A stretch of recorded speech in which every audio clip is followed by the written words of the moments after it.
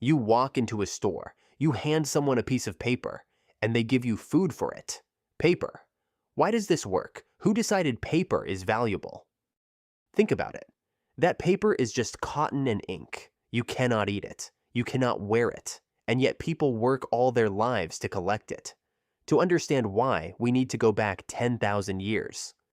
Before money, there was barter. You have chickens. You want shoes. So you find a shoemaker who wants chickens. Simple, right?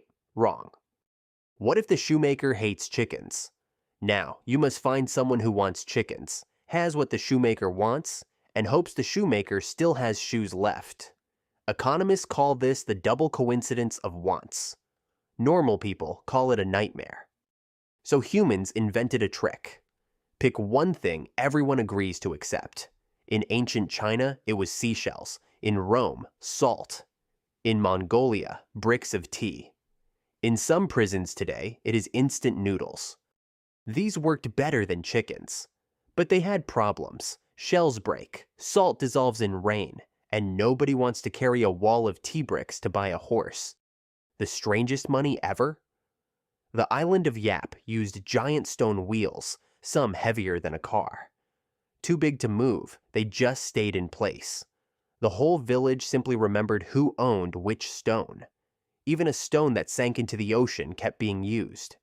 Everyone agreed it was still there. Then, around 2,700 years ago, in a small kingdom called Lydia, someone had a golden idea, literally. Take a lump of precious metal, stamp the king's seal on it. The coin was born. Why did coins win? Gold does not rot. It does not break. It is rare enough to be precious, and every coin weighs exactly the same.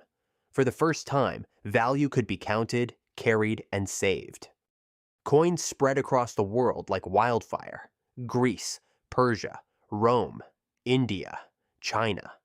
Every kingdom minted its own. And kings quickly discovered something wonderful. Whoever controls the coins controls the kingdom. But coins had a dark side. Kings learned to cheat. Mix cheap metal into the gold. Make coins smaller. Same face on the coin, less gold inside. This is called debasement. It is the oldest financial scam in history. Rome debased its silver coin until it was 95% junk metal. Prices exploded. People lost trust. Some historians say bad money helped bring down the greatest empire in history. Meanwhile, China was about to change everything again. Carrying thousands of heavy coins was miserable. So merchants started leaving coins with trusted agents, who gave them paper receipts instead. Then the government took over. In the 11th century, China printed the world's first official paper money. Marco Polo saw it and could not believe his eyes. Paper. Worth gold. Guaranteed by the emperor. Paper money runs on one thing: trust. The paper says the emperor guarantees it. As long as people believe, it works. The moment they stop believing, it is just paper again. And China learned that the hard way. When emperors needed money for wars, they just printed more. More paper chasing the same goods means prices rise. Print too much, and money becomes worthless. China eventually abandoned its own invention for 400 years. In Europe, a different creature was evolving: the bank. Goldsmiths kept people's gold safe and gave out paper receipts. Then they noticed something interesting. Nobody ever came for all the gold at once. So they started lending gold they did not have, issuing more receipts than gold in the vault. This sounds like fraud. It is also exactly how modern banking works. It is called fractional reserve banking. It works beautifully until everyone wants their gold back at the same time. That is called a bank run, and it has destroyed banks, fortunes, and entire economies for centuries. For centuries, paper money was still tied to gold.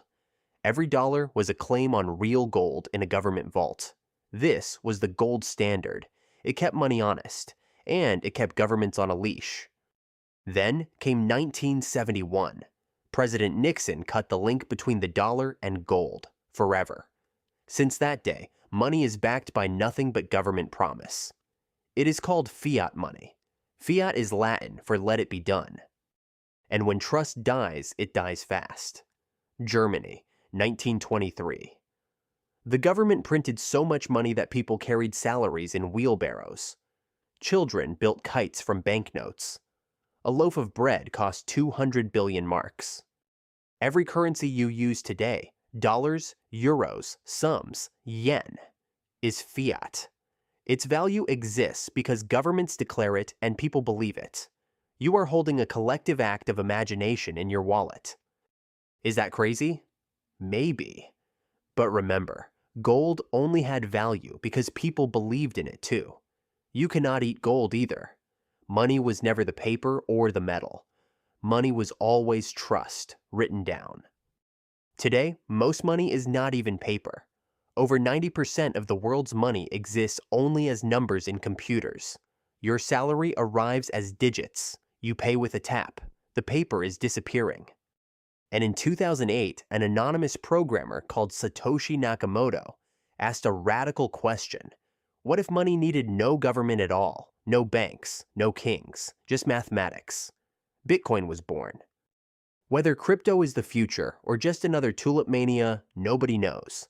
But it proves one thing. After 10,000 years, humans are still asking the same question.